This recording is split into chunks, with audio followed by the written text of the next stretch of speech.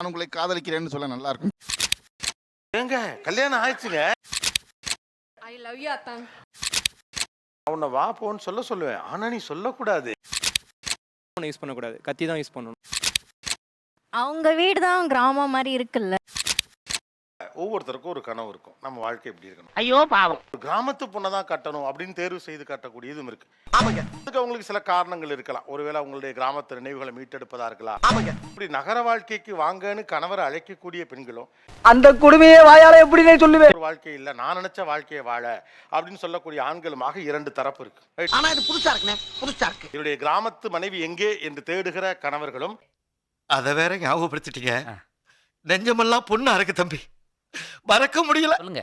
நகரத்து வாழ்க்கைக்கு வாங்க ஓ, நீ அப்படி வரியா அப்படின்னு அழைக்கக்கூடிய அவர்களுடைய மனைவிமார்களும் சந்திக்கிற ஒரு கூடல். ரொம்ப பிரமாதம். மனைவி நினைச்சு ஒரு கிராமத்து பாடல் பாடனா என்ன பாடுவீங்க? யாருக்காவது பாட வருமா? அப்படி கேளு. கென பிறந்தவ ரக்க கட்டி பறந்தவ இவதான். தலுக்குல குலுக்குல இவளுக்கு எற சொல்ல எவன்தா. அட பாவி, ஆளை பார்த்தா டம்மி பீஸா இருக்க, பயங்கரமான ஆளா இருக்கேடா. என்னவென்று சொல்வதம்மா வஞ்சி அவள் பேரழகை, போது நிப்பாத்து. அந்தி மஞ்சள் நிறத்தவள் என் நெஞ்சில் நிறைந்தவளை. ஏன் தம் கட்டுற? சொல்ற இருக்க பாடி ரிலாக்ஸ் ஆவே. என்னை வந்து அத்தான்னு கூப்பிடணும்னு நினைச்சேன், மாமான்னு கூப்பிடணும்னு நினைச்சேன். அது கடைசி வரைக்கும் நடக்கவே இல்லை. முதல்ல இருந்தே நடக்கல. அதானே உலக வழக்கம். எனக்கு தோணல சார். ஆஹா, அத்தான் கூப்பிடுறதுல அது கொஞ்சம் சொந்தம் இல்ல, கொஞ்சம் அசல் தான். ஏங்க கல்யாணம் ஆயிடுச்சுங்க. அத பத்தி நீ ஏன் ஃபீல் பண்ற? நான் ஃபீல் பண்ணனும். ஓகே, பீ கேர்ஃபுல். என்னப்பா அத்தான்? அத்தான். நான் உங்களை காதலிக்கிறேன்னு சொல்ல நல்லா இருக்கும் கேட்கறதுக்கு. கொஞ்சம் ஓவரா தான் போய்கிட்டு இருக்கோமோ.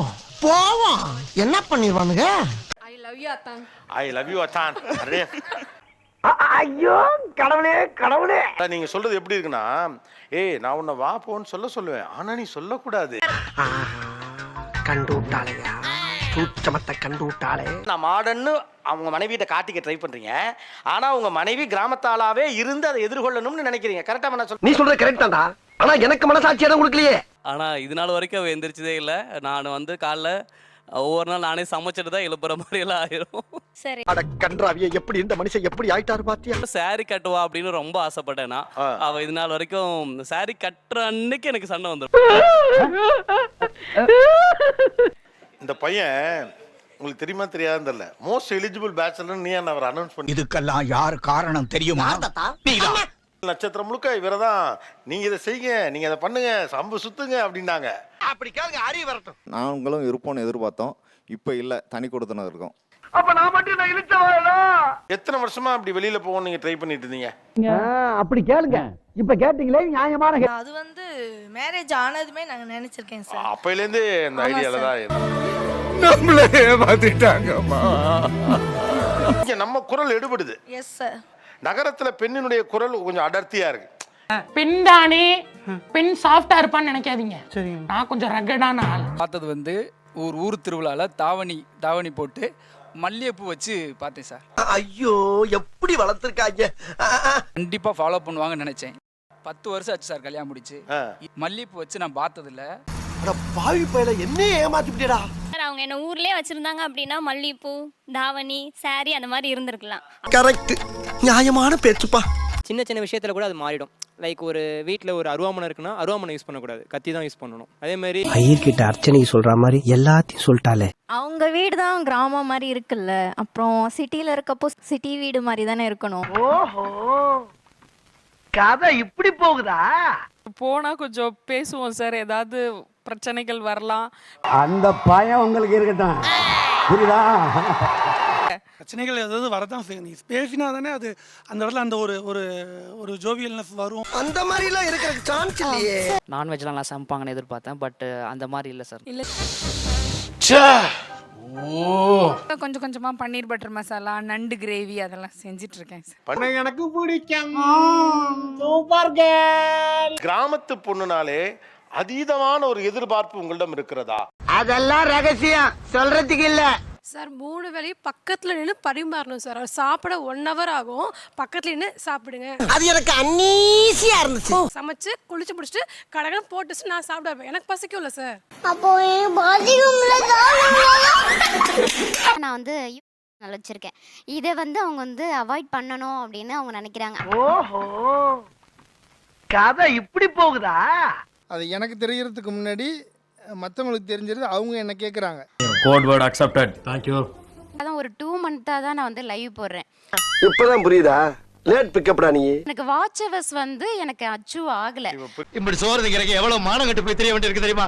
பேசுறாங்க பேச்சு. இப்போ நெருங்கின சொந்தக்காரங்களோட சாவு கூட நம்ம 2 பேர் போயிட்டு வந்துடுவோம். பசங்களுக்கு ஏதாவது ஒன்று இருக்கும். என்ன கொடுமை சரவணனது. சார் அப்படிதானே சார் லைஃபும் இருக்கு. பசங்க வெக்கமா இல்ல? வில்லேஜ்ல இருந்து வந்திருக்கேன் அப்படின்றாங்க. சொல்லட்டுமேமா, ஜெயில இருந்தா வந்திருக்கீங்க. என்னடா சிரிப்பு? என்ன வில்லேஜ்ங்கிறது அவ்வளவு கௌரவ குறைச்சலா உங்களுக்கு தெரியுது? தெரியல சார், சிட்டில கொஞ்சம் கொஞ்சம் அப்படியே மூவ் ஆயிட்டு இருக்கேன். என்னனே சிரிக்கிறாரு? அவர் சொன்னது ஜோக்குன்னு நினைச்சு அவரே சிரிச்சுக்கிறாரு. மேரேஜ் பண்ணதுனால ஊர்ல வந்து சேர்த்துக்கல. அதனால நாங்க வந்து நகர்ப்புறத்துக்கு வந்துட்டோம். பாத்தீங்களா, கவுளி கூட அடிக்குது. ஹலோ, நான் தான் ஃபீல் பண்ணேன். நீங்களா? தேங்க்ஸ். உறவினர்கள்லாம் யாருமே கிடையாது. நாங்க பார்க்குற ஒவ்வொரு புதுமுகங்கள் தான் வந்து எங்களுக்கு வந்து உறவினர். ஏண்டா உன்னை கஷ்டப்பட்டு பெத்து வளர்த்து படிக்க வச்சு கடனை உடனே வாங்கி கடை வச்சு கொடுத்த இந்த அப்பா உனக்கு தெரியல? என் குழந்தைக்கு பாட்டி தெரியணும். அவங்க சேர்த்துக்கவே இல்லையே. ஹலோ, இப்ப அழுதாவே இல்ல. நான் ஏன் அவ கதையை கேட்டு என்னால தாங்க முடியல. உறவுக்காரங்களோட பழகணும், பிள்ளைங்களுக்கெல்லாம் தொடர்பு வேணும் ஆசைப்படுறீங்க. ஆமா சார், ஆமா. இப்ப இவ்வளவு பேசுறேல்ல, இந்த அறிவு உனக்கு முதல்ல இருந்திருக்கணும். குழந்தையோட தமிழ் ஃபர்ஸ்ட் வேணும் தெரிஞ்சுக்கணும் சார். என்னென்ன பண்றாங்க, ஜல்லிக்கட்டுனா என்னன்னு தெரிஞ்சுக்கணும்.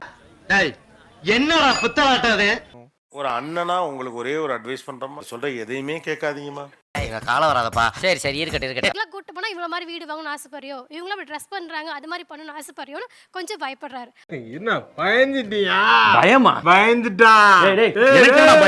தெரியுதுடா, கால் எடுக்க கொஞ்சம் இதா இருக்கு. உள்ளூருக்கு நடுங்குதுடா. எனக்கு என்ன பயம்? இவங்களை பொறுத்தவரையில என்னன்னா, டான்ஸ் ஆடினா அவங்க வந்து she is not fit to be a wife.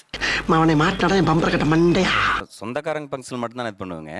வெளி ஃபங்க்ஷனுக்கு தான் கொஞ்சம் வேணான்னு சொல்லுவாங்க. கரெக்ட்டா? நல்லா சொன்ன. இப்போ ஒரு நாள் அவங்களுக்கு பிடிச்ச மாதிரி கிராமத்து லைஃப்ல செட்டில் ஆகிறது தான் எங்களோட பிளானுமே. நல்ல மனசுமா, அப்படித்தான் இருக்கணும். இது தெரிஞ்சு ஏன் தம்பி நீங்க இந்த கற்பனையில இருக்கீங்க? இதெல்லாம் நடக்க போறது இல்ல.